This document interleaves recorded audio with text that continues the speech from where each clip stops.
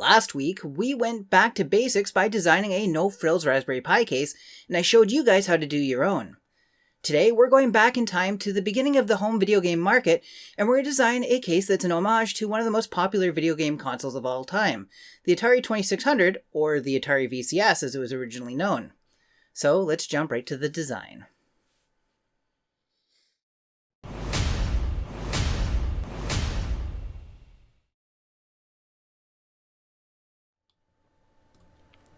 So, as with all of my designs, I started off by importing a model of the Raspberry Pi. And this is when I first realized that this was actually going to be more complicated than I thought. You see, although the Atari 2600 has a fairly large case, it's also quite flat, which means that keeping the scale and proportions correct around the Pi without it getting, fairly large was going to be difficult.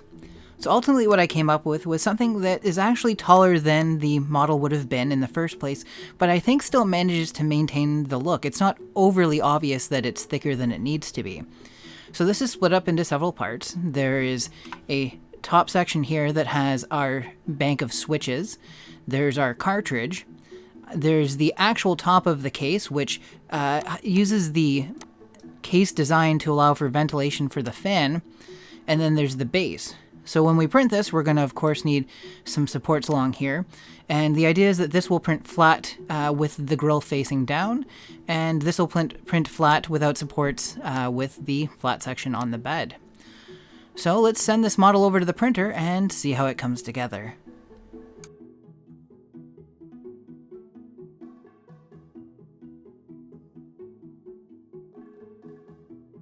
And here we have all the parts we need to build our own Atari-themed Raspberry Pi 4. So we've got the lid, the base, the top, the cartridge, and then on top of that we have this template. So we're going to use this template with this contact paper, which has a nice wood grain, to give this the same wood grain finish that the original Atari had. In addition, I've picked up a couple of Sharpies. This one's silver, and this one's bronze, so I'll use this to do the trim and this to do the buttons. I find it fairly easy to actually color things with these, although it's not the most durable finish, so if you're going to be handling a lot, you might want to go with a better paint. Then for electronics, we have a Raspberry Pi 4 and our standard 30mm fan. When printing the top of the case, I printed it face down, and I used the textured PEI sheet from Prusa, which gave it the same sort of finish that the original console has. It's, a little rough, a little ABS injected molded looking.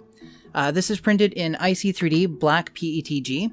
I used PETG this time because it bonds the best to that sheet and also happened to be the only thing I had an abundance of in terms of black colored filament. So we'll start off by installing our Pi into the bottom of the unit, and this should be a lot simpler than previous designs because we've got a little more flexibility. So basically you should be able to just drop your Pi in and make sure that the ports line up. And we didn't repeat last week's mistake. We definitely put in a spot for the microSD card on the first try this time. Next, we'll install our 30mm fan on the top. So for this, we're going to be using M3 10mm bolts, pretty much the same as in the previous cases. Now we want to be careful not to over-tighten these bolts because there isn't a ton of plastic for them to dig into. So just enough that they're taut. Don't put any more pressure on them than you need. The other piece we need to install is the topper, so there's spots for 2.5mm screws up here. You can use something like an M2.5 by 6mm, or you can crazy glue it down. It's really up to you. If you're screwing it down, you're just going to line it up so that the edges of the top line up with the edges of this, and the back of it should line up with the back of the top. And then we'll just install our screws. With our top screwed in, we can go ahead now and connect the power for the fan. So same as all the other times we've done this, our 5 volts and our ground. Then we will fit it with our top section facing back towards the I/O.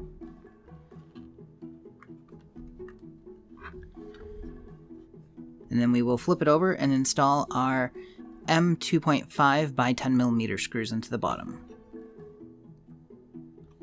And with our case screwed together, we can now turn towards the details. So we'll take our contact paper, the wood grain that we pulled out before, and our template. And you'll need an X-Acto knife for this, and essentially what you're going to do is cut all the way around the template, and this should make something that fits perfectly onto the case. Now we can go ahead and peel it off the backing.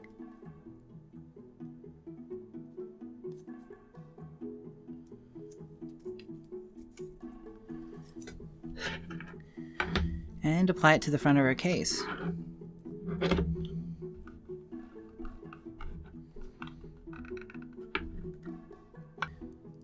Now I'm going to take my silver Sharpie and go in and paint the switches silver.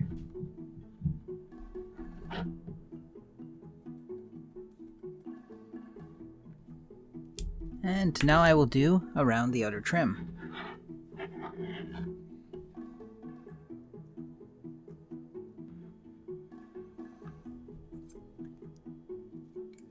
Now I did end up painting the trim around the cartridge slot. It's not painted on the original one, but I accidentally brushed against it when I was doing the outer trim and figured, well, might as well just go for it. Now we can install our cartridge.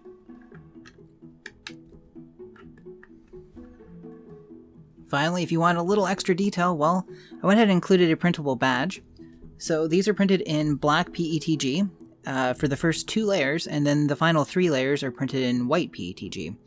And what we're going to do is just use a little bit of super glue and place it right on the console.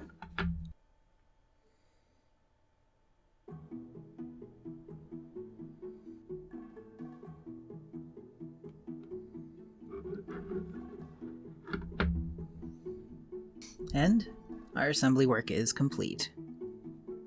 Now, this did go through several changes before I settled on my final design.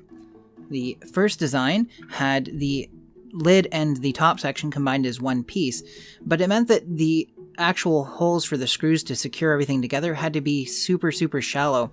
I couldn't have posts coming off because it was going to have to be printed flat like this. For the second iteration, I changed it so that there were in fact posts off the top, but I had also left it so that essentially the sticker bent over the top and overlapped onto here. The problem with this was every time I needed to take it apart, well, I had to peel the sticker off and put it back down. And if you've ever dealt with any type of sticker, you know that every time you peel it off and stick it back down, well, the sticker just isn't nearly as strong. Ultimately, that led us to our final design, which I think gets it just about perfect. I think this pays tribute perfectly.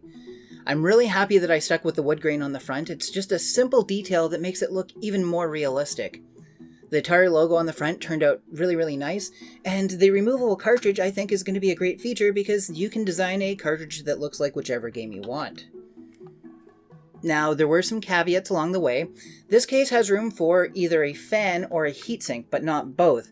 There is an extra large version that I've designed that will accommodate both, but it does give up some of the aspect ratio and the dimensions are a little off, so you'll have to decide if you want it to look more realistic or you want to have better performance. I decided to go with the 6-switch version of it, which was the very original one. It was often called the Heavy Sixer. However, there was a Light Sixer, which weighed less, and a 4-switch version that came afterwards, and the 4-switch version is all black and often referred to as the Vader case or Darth Vader case. If you're interested in printing your own, well, shortly after this video goes live, a link will be provided to Thingiverse where you can download the files and print one for yourself. If you do, make sure that you toss a picture up on Thingiverse so I can see your make. Well, that's it for this week, but as always, I already have a head start on next week's case, so make sure you tune in next Friday to see what I came up with. Thanks for sticking around until the end, and as always, stay creative.